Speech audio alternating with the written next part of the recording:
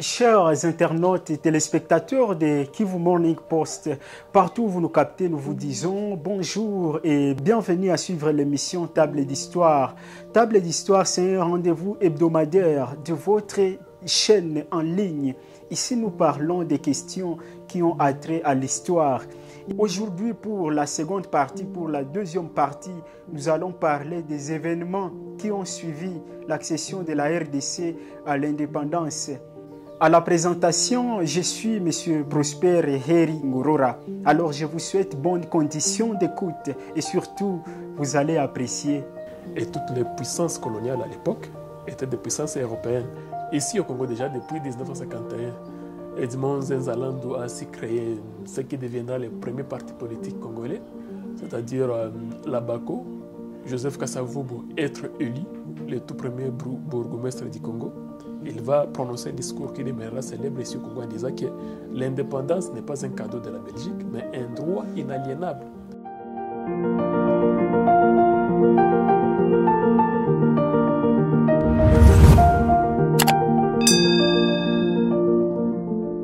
Il y avait Cléophas Kamitatu qui représentait les PCA, Parti solidaire africain, à l'absence de Gizenga qui était du côté de Moscou. Et bien d'autres leaders, même des Miruho et bien d'autres qui venaient ici du Kivu, les Kalinda et d'autres qui venaient d'ici de Kivu. Alors, Lumumba déjà en 1959 pensait qu'on devrait donner aux Congolais suffisamment de temps pour se préparer. C'est-à-dire que l'indépendance devrait intervenir quelque part en 1961, au milieu de 1961 ou vers fin 1961. Puis il va se rétracter pour proposer août 1960. Quand Kasavubu lui proposait automatiquement mars 1960. Bon, c'était quelque part de la précipitation. Maintenant, quelqu'un, durant cette table ronde, va avoir une idée.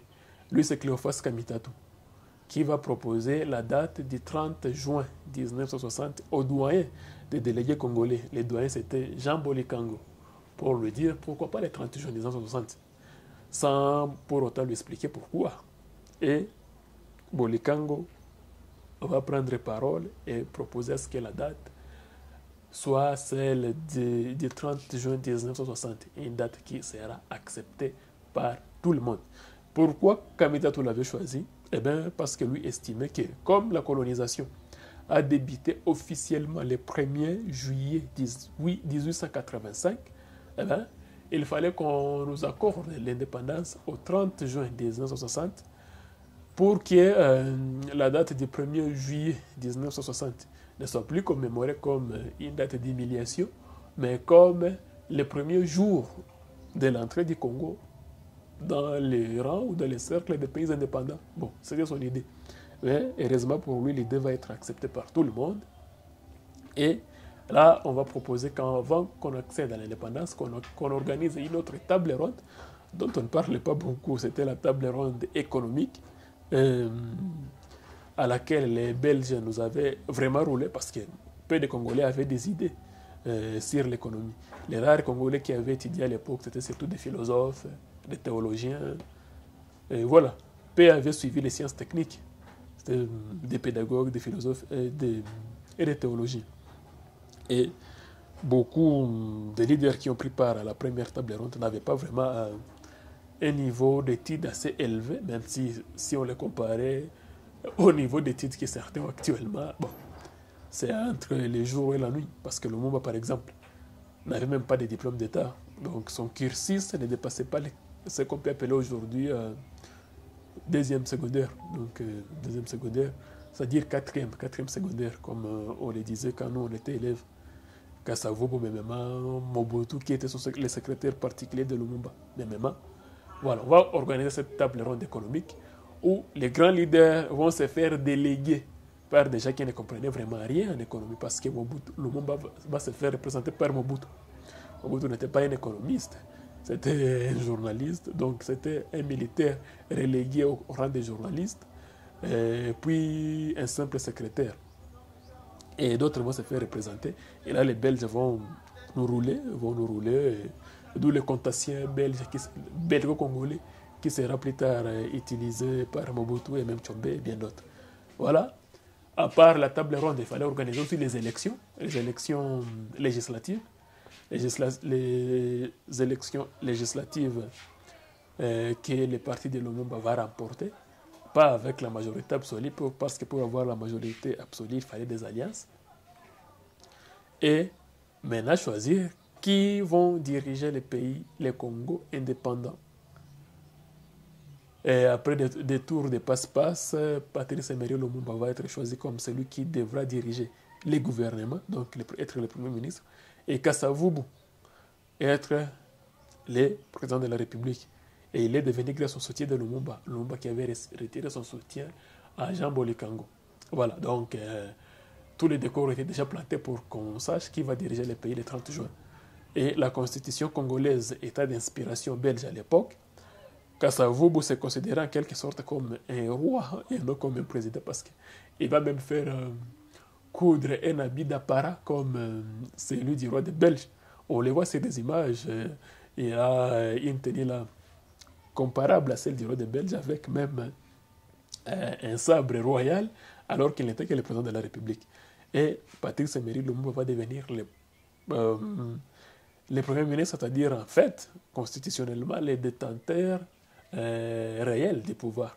Parce que en Belgique, la constitution ne limite les pouvoirs du roi qu'à celui de l'inauguration des chrysanthèmes, comme on dit chez eux. Donc l'inauguration des ponts et chaussées, pour reprendre les mots de Mobutu.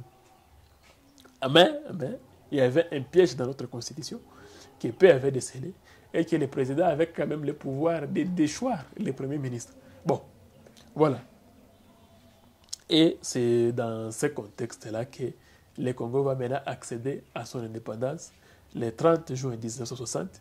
Et le roi va être ici au Congo, le roi des Belges.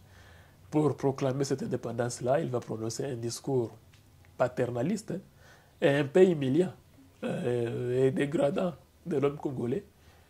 Et Kasavubu va aussi prononcer son discours, et puis Lumumba va s'improviser et prononcer les siens. Et voilà, il y aura des célébrations, et le Congo va entrer dans les cercles des pays indépendants le 30 juillet 1960. Peu de choses en fait avaient déjà été faites, parce que quand on accède à l'indépendance, le pays n'a pas des armoiries, le pays n'a pas de devises, et même pas d'hymne national, même si les débuts congolais avaient déjà été composés.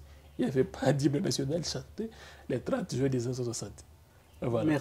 Merci beaucoup à vous, M. Toumsi Foukandé, qui Akram, vous nous parlez des circonstances dans lesquelles la République démocratique du Congo accède à l'indépendance, évidemment, à la date du jeudi 30 juin 1960. Nous comprenons que la marche vers l'indépendance n'a pas été aisée pour la République démocratique du Congo. Alors, dites-nous, après l'indépendance du 30 juin 1960, plusieurs historiens s'accordent à dire qu'il y a eu beaucoup d'événements, qu'il y a eu une forme d'anarchie et de chaos qui s'est installée juste après l'indépendance. Vous avez évidemment évoqué la question de la non-préparation de l'élite congolaise à se diriger elle-même. Pouvez-vous nous parler de quelques événements, évidemment, qui ont suivi l'accession de la RDC à l'indépendance?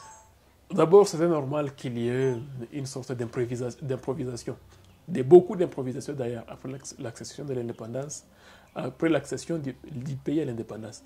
Moi, j'ai toujours éprouvé un énorme respect à nos leaders, à nos jeunes leaders qui ont fait accéder ce pays à l'indépendance. Pourquoi? D'abord, ils n'étaient pas vraiment préparés, mais ils ont quand même réussi à maintenir l'unité nationale, malgré tous les soubresauts que le pays a connus après son indépendance, après l'accession du pays à l'indépendance.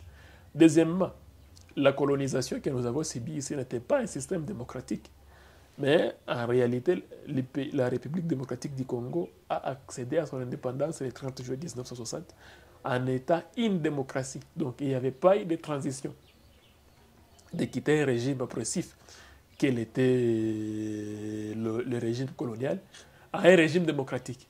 Mais ils ont quand même fait de leur mieux pour réussir à maintenir les pays malgré tout, et malgré cette impréparation et malgré ces manques de transition. Ils ont quand même réussi. Troisièmement, c'était des jeunes, des jeunes. Lumumba, le premier ministre, n'avait que 35 ans. N'avait que 35 ans à l'époque. Kasavubu était dans la quarantaine. Dans la quarantaine, oui. Il était dans la quarantaine. Et voilà, donc c'était des jeunes gens. Et sans niveau universitaire conséquent. Mais quand même, ils ont réussi. Pour moi, ce qu'ils ont accompli à cette époque-là, c'était un exploit. C'était un exploit parce que beaucoup de jeunes aujourd'hui qui ont leur âge en sont incapables. Et aujourd'hui, d'ailleurs, quand on attend les débats politiques par-ci, par-là, on se demande si le niveau de l'homme congolais n'a pas fait que régresser depuis 1960. Bon, même s'il y a quand même certains érudits ou certains membres de notre élite politique qui gardent quand même un niveau là, de réflexion respectable. Bon, voilà. Il y a eu des improvisations. Bon, on est là, les pays accèdent à l'indépendance, on célèbre. C'était le 30 juin, tous les fonctionnaires avaient déjà été payés et tout le monde célèbre.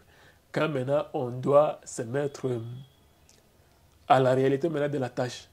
D'abord, il y a un malaise au sein de la force publique.